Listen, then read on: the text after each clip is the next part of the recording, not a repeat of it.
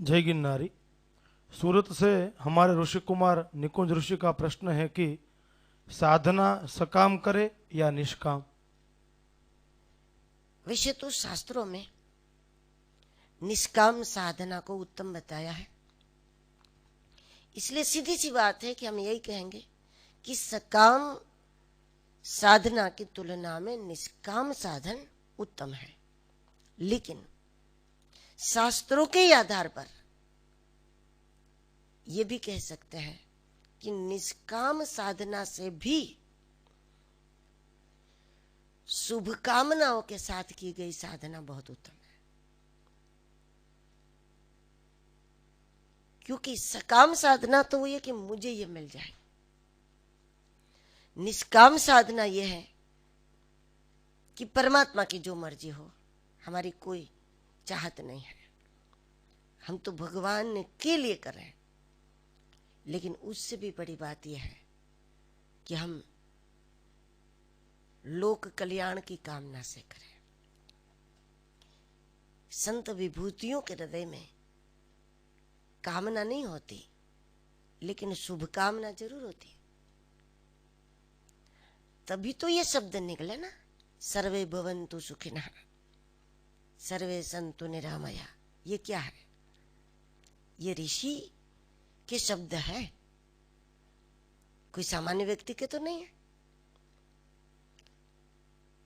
इसीलिए राष्ट्र मंगल के लिए साधना करें, लोक कल्याण के लिए करें, ये बहुत अच्छी बात है। अब देखो, आजकल कोई प्रतिष्ठित व्यक्ति जब बीमार भी होता है ना, तो देखो लोग गांव गांव में यज्ञ शुरू कर देते हैं, उसके लिए पूजा पाठ शुरू कर देते हैं।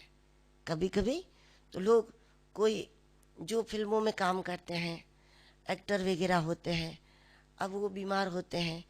अब कभी कभी कुछ एक्टर तो ऐसे होते हैं कि बहुत अधिक धूम्रपान करने के कारण उसको कैंसर हो जाता है, तो उसके अपने भी तो कोई शराबी भी होता है। अब सारे एक्टर शराबी हो ऐसा कोई बात नहीं है, सब धूम्रपान करने वाले नहीं भी होते। लेकिन ऐसा हो भी सकता है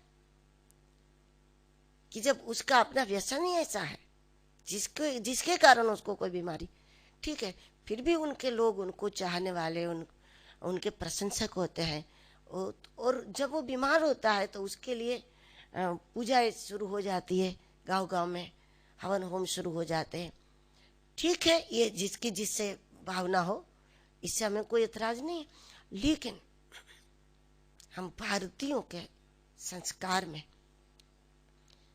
ये भी होना चाहिए कि हम भारतवासियों को तब हवन होम यज्ञ तप ये सब खूब करना चाहिए।